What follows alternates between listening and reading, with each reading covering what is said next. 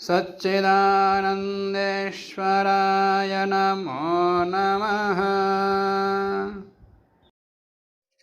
मनुस्मृति का दूसरा अध्याय 144वां श्लोक है। प्रचलित मनुस्मृति के अनुसार 169वां श्लोक है। इससे पूर्व गुरुकुल में गुरु के पास रहते हुए केवल वेद का ही अध्ययन करना, वेद का अध्ययन करना ही तप है। केवल ब्रह्मचर्य अवस्था में ही नहीं, गृहस्थ आदि आश्रमों में भी वेद का अभ्यास करना तप है, यह बता दिया था। तो गुरुकुल के अंदर ब्रह्मचारी के अध्ययन के विषय को आगे बढ़ाते हुए कहते हैं, आगे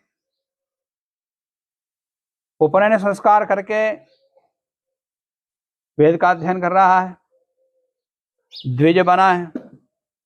यद्यपि द्विज पूरा अध्ययन करके बाहर निकलता है, स्नातक बनता है, तब द्विज होता, परंतु माना जाता है उपनयन संस्कार से ही। द्विज को ये पढ़ना ऐसा कहा था। वही द्विजत्व के विषय को लेकर के फिर आगे दिनचर्या को बताएंगे।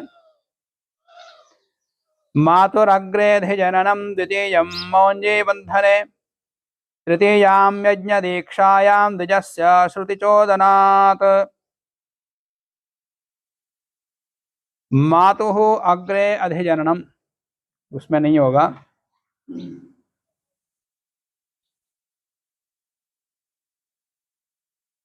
पहले जन्म होता उसका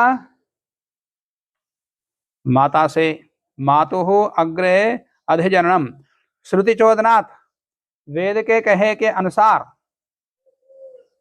द्विजस्य, द्विज का मातुः अग्रे अधिजननम, माता से पहले जन्म होता है। पहले माता से जन्म होता है, प्रथम जन्म है वो। और द्वितीयम मौंजी बंधने, दूसरा जन्म होता है मौंजी बंधन में, माने मौंज से बनी हुई मेखला के धारण से। बार बार मेखला का ही आता है, आगे भी आएगा। यज्ञोपवीत संस्कार से, उपनयन संस्कार से द्विज बनता, तो उपनयन नहीं बोला जाता, मौंजी बंधन कहा जाता। क्यों? क्योंकि उपनयन तो अध्ययन के प्रारंभ से लेकर के संन्यास ग्रहण होने तक रहता हो, और मेखला केवल गुरुकुल में रहता, ब्रह्मचर्य अवस्था में रहता। जब स्नातक बन करके ब्रह्मचर्य वो गृहस्थ आश्रम में जाता है तो उसको निकाला जाता। तो वेद का अध्ययन जब इसको बांधा जाता वेदारंभ संस्कार में, तभी से प्रारंभ होता, इसलिए मौंजी बंधन कहा जाता। उसी का उल्लेख किया जाता है।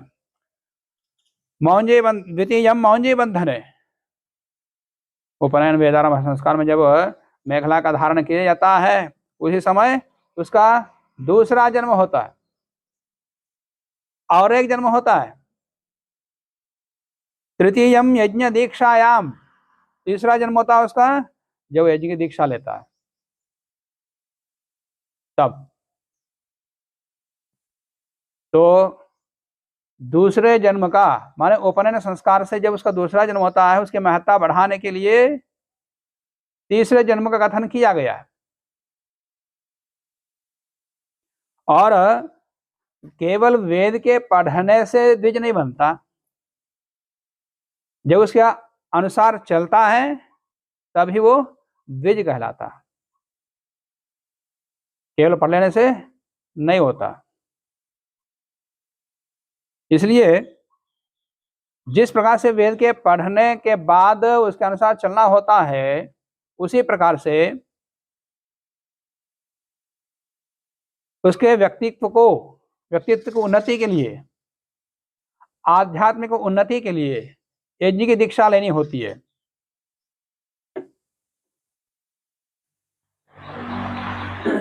शास्त्रों का अध्ययन करना, यज्ञ करना, दोनों एक ही कहा गया है।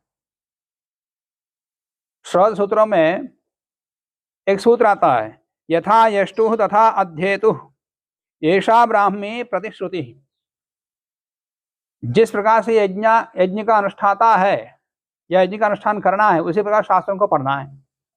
तो शास्त्रों क्यों पढ़ा जाता है? ज्ञान के लिए, और वो ज्ञान यज्ञों से भी मिलता है।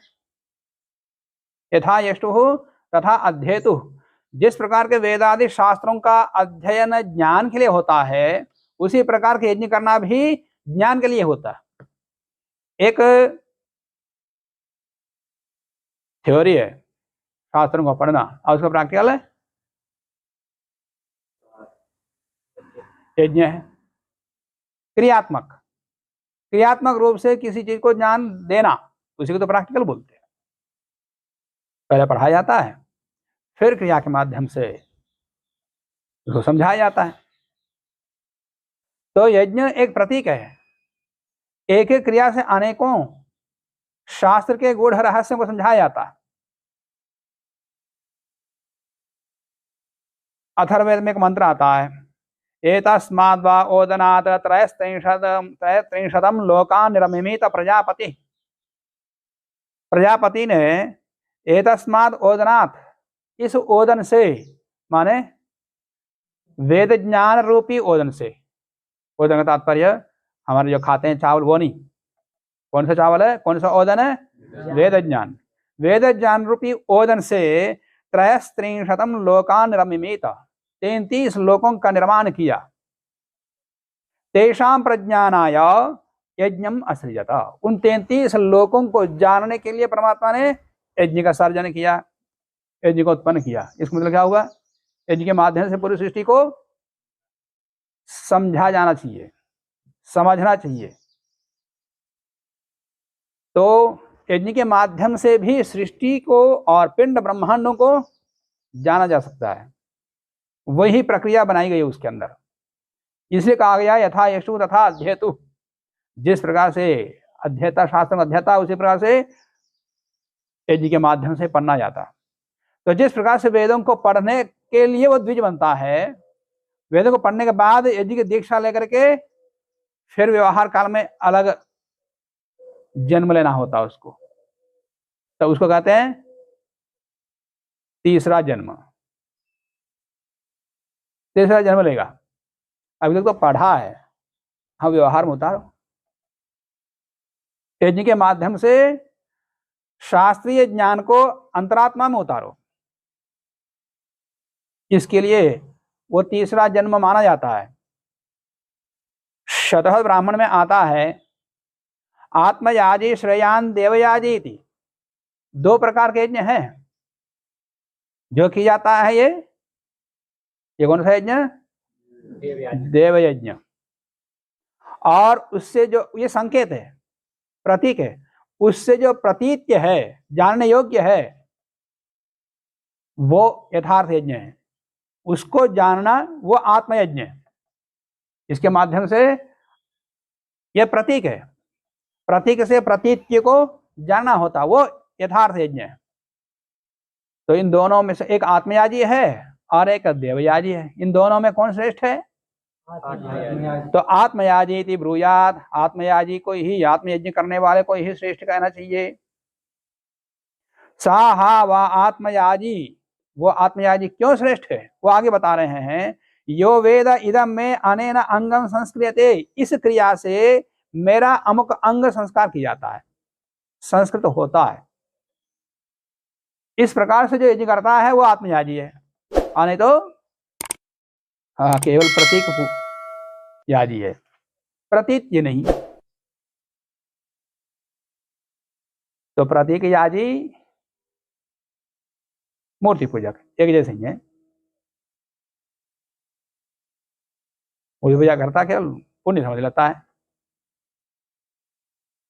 यद्यपि उसका भौतिक क्रिया से भौतिक लाभ होते हैं यहाँ, वहां तो कुछ वो भौतिक लाभ ही नहीं होता मूर्ति पूजा में। यहाँ भौतिक लाभ तो होता है, पर जो आत्मयज्ञ से जो प्रयोजन होना चाहिए वो नहीं हो पाएगा। यह प्रतीक यज्ञ मात्र है। मूर्ति पूजा में इसमें अंतर, बहुत जमीन आकाश का अंतर है, फिर भी प्रतीक ही होता है। तो आत्मयाजी श्रेष्ठ इसलिए है कि यो वेद इदम में अनेन अंगम संस्क्रियते, इदम में अनेन अंगम उपधीयते इति, इस प्रकार से वो समझ करके यज्ञ करता है, वो आत्मयाजी है, इसलिए वो श्रेष्ठ है। सा यथा, और इस प्रकार से प्रतीक यज्ञ से आत्मयज्ञ जो करता है वो एक दिन मुक्त हो जाता है। सारे शास्त्रों क्यों पढ़ना, क्यों पढ़ना? मोक्ष के लिए, ज्ञान के लिए। तो ज्ञान किस लिए? ज्ञानानुमुक्ति, मोक्ष प्राप्त करने के लिए। तो वो उसकी प्रक्रिया जानने के बाद फिर मोक्ष तक कैसे पहुंचे, मोक्ष के लिए अंतरात्मा को शुद्ध करना पड़ता है, निर्मल करना पड़ता है। उसके लिए योगाभ्यास तो है ही, और साथ में क्रियात्मक यज्ञ भी है। तो वहां ये बता रहे हैं, साह यथा अहिस्त्वचो निर्मुच्यते, जैसे सांप केंचु चर्म से छूट जाता है, मुक्त हो जाता है। सह यथा अहिस्त्वचो निर्मुच्यते एवं अस्मात् मर्त्यात् शरीरात् पाप मनः निर्मुच्यते, इस पापमय शरीर से वो मुक्त हो जाता है आत्मयाजी, इसलिए वो श्रेष्ठ है। सह रिंगमयः यजुर्मयः साममयः आहुतिमयः स्वर्गम लोकम अभिसंभवति, इस प्रकार से वो चारों वेदों के ज्ञान वाला होता हुआ, रिंगमय, यजुर्मय और साममय, अथर्वमय, मय, आहुतिमय होता हुआ वो स्वर्गम लोकम अभिसंभव, स्वर्ग लोक को प्राप्त कर लेते। स्वर्ग का मतलब लोग अलग स्वर्ग अलग समझते हैं, मोक्ष अलग समझते हैं, बड़े बड़े दार्शनिक। स्वर्ग है कि जाके फिर आ जाते हैं, मोक्ष फिर जाते हैं तो उधर ही, ऐसा भेद करते हैं। यहाँ कह रहे हैं जैसे सांप खींचने से छूट जाता है, उसी प्रकार से पापों से ये पापमय शरीर से मुक्त हो जाता है, और वही स्वर्ग है। स्वर्ग काम हो अजयता, यज्ञ से स्वर्ग मिलता है, मोक्ष नहीं मिलता, ये कहते लोग।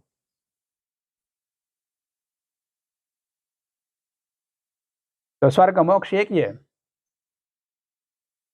अंतरात्मा को शुद्ध करने की प्रक्रिया योगाभ्यास तो है ही, और योगाभ्यास केवल बैठ करके ध्यान करके जप करना ही नहीं है, पूरा दिन भर व्यवहार को ऐसा करना पड़ता है जिससे कि अंतरात्मा शुद्ध बना रहे, किसी प्रकार की मलिनता ना आ जाए, उसको योगाभ्यास बोलते हैं।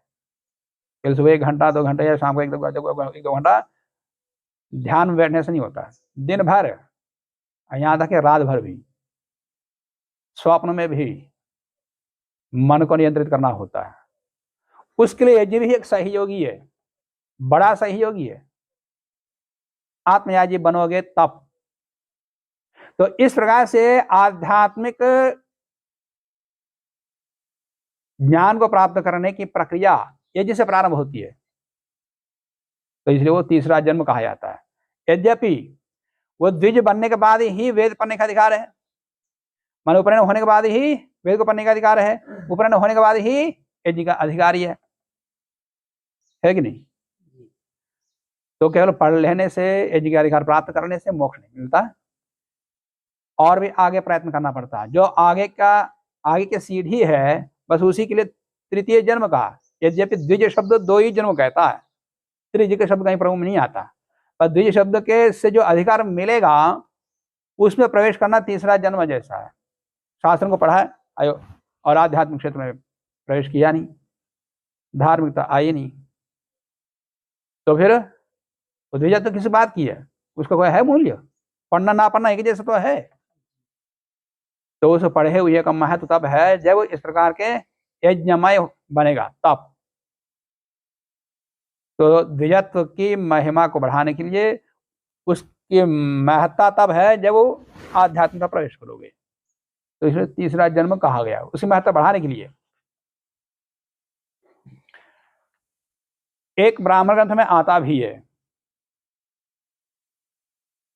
पुनर्वा एतम ऋत्विजो गर्भम कुर्वन्त यम दीक्षयन्ति, जैसे आचार्य उपनयन मानो ब्रह्मचारिणम कृते गर्भमन्तः, ये तो वेद कहता है। ब्राह्मण ग्रंथों में आता है पुनर्वा एतम, उस द्विज को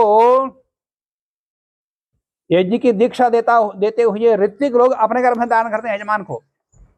पुनर्वा एतम ऋत्विजो गर्भम कुर्वन्ति यम दीक्षयन्ति, जिसको यज्ञ की दीक्षा देते हैं उसको अपने घर में दान कर। कोई गुरु रहता ना, वो मार्गदर्शन करता है, वो कभी पथभ्रष्ट ना हो जाए, व्रतों से दूर ना हो जाए, कुल गुरु मार्गदर्शन करता है, वो अपने गर्भ में रख करके पूरे घर को चलाता है। तो पुनर्वा एतम ऋत्विजो गर्भम कुर्वन्ति यम दीक्षयन्ति, ये कहा हुआ है। ऐतरेय ब्राह्मण में आता है यजमानम वा एतेन सर्वेण यज्ञकृतना संस्कुर्वन्ति। ऋत्विक लोग यजमानम एतेन सर्वेण यज्ञकृतना, इन सब यज्ञों से, क्रतुओं से, यागों से उसका संस्कृत करते हैं, अंतरात्मा को शुद्ध करते। तो इस प्रकार क्रिया को तीसरे जन्म का कारण माना। और उसी को यहां कह रहे हैं तृतीयम यज्ञ दीक्षायाम, तीसरा जन्म यज्ञ से, यज्ञ दीक्षा से। यज्ञ की दीक्षा होने पर तीसरा जन्म मिलता है, यथार्थ जन्म वहां मिलता है। पहले तो शरीर मिला है, और उसके बाद जन्म की महत्ता, ज्ञान की महत्ता बताने के लिए दूसरा जन्म का है। जो वो दूसरा जन्म है क्या? नहीं है ना। परंतु दूसरा जन्म इसलिए कहा है कि ज्ञान प्राप्त किया तो पहले वाले जन्म का कोई महत्ता है, नहीं तो वो पशु है। और वेद पढ़ लिया, जिस उद्देश्य से वेद पढ़ना है, न आवेद मनुते तम बृहंतम, ब्राह्मण में आता है। जो वेदवेद नहीं होता वो ब्राह्मण को, ब्रह्म को नहीं जान सकता। मतलब वेदवेत्ता बन करके ब्रह्मवेत्ता बनना चाहिए ना, तो ब्रह्मवेत्ता नहीं बना तो फिर वेदवेत्ता बनना व्यर्थ, वो किसी काम का नहीं है। इसलिए ब्रह्मवेत्ता बनने की प्रक्रिया को प्रारंभ करने के लिए तीसरा जन्म कहा। आगे तत्र, इस प्रकार के तीन प्रकार के जन्मों में, तत्र उन तीन प्रकार के जन्मों में, तत्र यद ब्रह्म जन्मास्य मौंजे बंधन चिन्हितम, तत्रास्य माता सावित्री पिता तो आचार्य उच्यते। तत्र उन तीनों जन्मों में, यत अस्य, इस ब्रह्मचारी का, यत मौंजी बंधन चिन्हितम, जो मौंजी बंधन, मेखला के बंधन से चिन्हित किया गया ब्रह्मचारी का, उस समय तत्र अस्य सावित्री माता। अब उसके माता पिता कौन है? आचार्य है, पहले आया था। उसका माता पिता कौन है? आचार्य है। पर यहाँ माता को अलग बता दिया, सावित्री ही, मान गायत्री मंत्र ही उसकी माता है, सावित्री माता, और आचार्य पिता उच्यते। सावित्री मंत्र ही उसकी माँ है, वही माँ के जैसे रक्षा करती है और ज्ञान से उसका उन्नति करता है आचार्य, इसलिए पिता कहा जाता है आचार्य को। आगे फिर कहते हैं वेद प्रवचनादाचार्य पितरम परिचक्षते, नहीं अस्मिन् युज्यते कर्म किंचित आमौंजी बंधनात्। वेद प्रवचनात्, वेद के प्रवचन करने से, माने वेद को पढ़ाने से, आचार्यम पितरम परिचक्षते, आचार्य को पिता कहा जाता है। और आमौंजी बंधनात्, मौंजी बंधन तक माने उपनयन तक, उपनयन होने से पहले तक, वो अस्मिन किंचित कर्म न युज्यते, उसका कोई कर्म नहीं है। कर्म का तात्पर्य कोई कर्तव्य कर्म नित्य करना, ऐसा कोई नियम नहीं उसका। यज्ञ करना, संध्या करनी है, कोई अनिवार्य नियम उसका नहीं। अब यज्ञों भी संस्कार होने के बाद उसका अनिवार्य नियम है, नहीं करोगे तो प्रायश्चित करना पड़ेगा, दंड मिलेगा। उससे पहले तो बच्चा है, सबके साथ मिलकर किया तो ठीक है, नहीं किया तो कोई बात नहीं, छोड़ देते उस समय तो। और बड़ा हो गया, उपनयन कर दिया, अब उसके ऊपर व्रत चलते, नियम चलते, और दंड भी चलेगा। उससे पहले तक नहीं। क्यों पहले तक नियम क्यों नहीं है? आगे कहते उपनयन संस्कार होने से पहले तक वेद का पढ़ना, और वेद का पढ़ना तात्पर्य जो याद कर सकता है करता है, पर नियमित रूप से जो पठन पाठन होता है वो नहीं होता ना, उसको जो सिखाया जाता है। यज्ञ करना, संध्या करना सिखाने के लिए सिखा देते, अनिवार्य नियम नहीं होता। नाभिव्याहारयेत् ब्रह्म स्वधा निनयनादृते, शूद्रेण ही समस्तावत् यावत वेदे न जायते, यावत जब तक वो द्विज वेदे न जायते, वेद में उत्पन्न नहीं होता, माने द्विज नहीं बनता, माने उपनयन संस्कार नहीं होता, तब तक तावत शूद्र ने ही समा हो, शूद्र के समान है। वो भाव यहां निकल रहा है। कौन सा? जन्मना जायते शूद्र संस्कारात् द्विज उच्यते। यद्यपि ये वचन किसी स्मृति ग्रंथ में नहीं है, पुराणों में है, मनुस्मृति में भी नहीं है, किसी अन्य स्मृतियों में भी नहीं है, पुराणों में।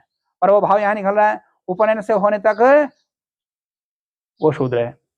यावत वेदे न जायते तावत शूद्र नहीं समा, तब तो वो शूद्री है। अब उसके बाद ब्राह्मण बनेगा या क्षत्रिय बनेगा या वैश्य बनेगा।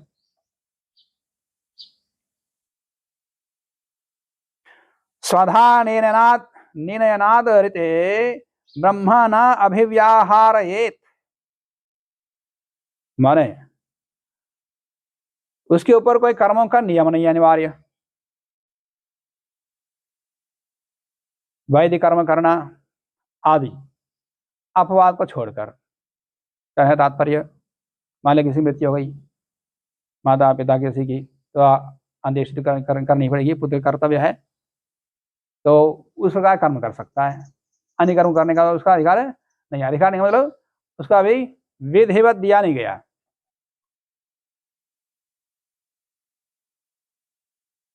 और आगे कृतो, अब उपनयन करने के बाद अधिकार मिला। कृतोपनयनात् कृतोपनयनस्यास्य व्रतादेशनमिष्यते ब्रह्मणे ग्रहणं चैव क्रमेण विधिपूर्वकम्। कृत उपनयनस्य अस्य, जिसका उपनयन किया गया है ऐसे ब्रह्मचारी का, इस ब्रह्मचारी का व्रतादेशम, अब उसका ऊपर व्रत चलते, नियम चलते। उपनयन करने के बाद सुबह 4 बजे उठना, फिर दैनिक कृत्यों से निवृत्त शीघ्र हो जाना समय के अंदर, फिर ध्यान, आसन, प्राणायाम, अग्निहोत्र आदि अनिवार्य रूप से करना। फिर विधि विधान के साथ जैसे बताया गया कि आचार्य को अभिवादन करके फिर वेद को पढ़ना इत्यादि, पूरी की पूरी दिनचर्या उसका नियमित हो जाती है। अब वो पूरे दिनचर्या क्या है, अब आगे इसके आगे बताने वाले हैं। उपनयन करने के पश्चात व्रतादेशम, अब उसका व्रतों का आदेश चलता है। विधि पूर्वकम क्रमेण ब्रह्मणः ग्रहणम एव इष्यते। अब विधि पूर्वक वेद ज्ञान प्राप्त करने का काल आ जाता है। क्रमेण ब्रह्मणः ग्रहणम एव इष्यते। अब विधि पूर्वक वेद ज्ञान को प्राप्त कर, अभी तक अविधि रूप से जान सकता, कुछ पढ़ लेता है, सीख लेता है, सुन लेता है, देखता हुआ यज्ञ क्रियाओं को सीख लेता है, बहुत सारे मंत्र याद कर लेता है, वो अलग बात है। परंतु विधि पूर्वक अब शुरू होगा।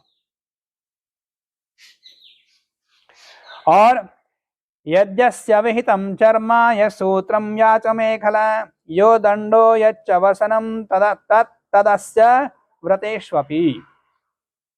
अस्य, इस कृत उपनयन किए हुए उस ब्रह्मचारी का यत चर्म, उसको ओढ़ने के लिए जो चर्म बताया गया है, या पहनने के लिए वस्त्र बताया गया। यत सूत्रम, ब्राह्मण के लिए अलग सूत्र, सूत्र क्षत्रिय के लिए अलग और वैश्य के लिए अलग बता दिया था। तो जिस जिसका जो जो सूत्र है, और या मेखला, जिस जिसकी जो जो मेखला है, यह दंडा है, जिसके लिए जो जो दंड, जिस परिमाण का दंड बताया गया है, तद यद वसनम विहितम, और जो वस्त्र, आसन आदि बताया गया, विधान किया गया, तद अपि अस्य व्रतेषु, वो सारा सारा इसके व्रत के अंतर्गत आ जाते हैं। वो सब अब व्रतों के अंतर्गत आ जाते हैं, उनका अनिवार्य रूप से पालन करना होगा। इस प्रकार से व्रतों का पालन करता हुआ आगे 150वें श्लोक में कहते हैं, सेवेते मास्तु नियमान ब्रह्मचारी गुरौ वसन। ये तो होगा उसमें, सेवेते मास्तु नियमान ब्रह्मचारी गुरौ वसन संयम्य इंद्रियग्रामम तपो वृद्ध्यर्थमात्मनः। गुरौ वसन, गुरु के पास निवास करता हुआ, दूर रह करके दूरभाष से नहीं, गुरु के पास रहता हुआ, नियम में रहता हुआ, आचार्य की सेवा करता हुआ, गुरुकुल सेवा करता हुआ, ये सब इसमें अंदर आ जाते हैं। ब्रह्मचारी आत्मनः तपो वृद्ध्यर्थम, आत्मा के तप को वृद्धि के लिए, तप की वृद्धि के लिए, विद्या रूपी तप की वृद्धि के लिए, इंद्रिय ग्रामम संनियम्य, इंद्रियों के समूह को, ग्राम का मतलब यहाँ समूह है, सभी इंद्रियों को नियंत्रित करके, संयम करके, इमाम तो नियमान सेवेता, अब आगे बताने वाले नियमों का पालन करें, सेवेता सेवन करें। अब वो नियम क्या है, वो दिनचर्या क्या है इत्यादि आगे बताएंगे। कृतोपनयन के ऊपर होने के पश्चात उसके ऊपर नियम चलते हैं, व्रत चलते हैं, तो वो व्रत जो पहले बताए हुए हैं उनको तो करना ही है, और साथ में आगे दिनचर्या है, दैनिक कर्म है, उनको भी बताएंगे, वो भी अनिवार्य रूप से उसको करना होगा, वही उसका तप है।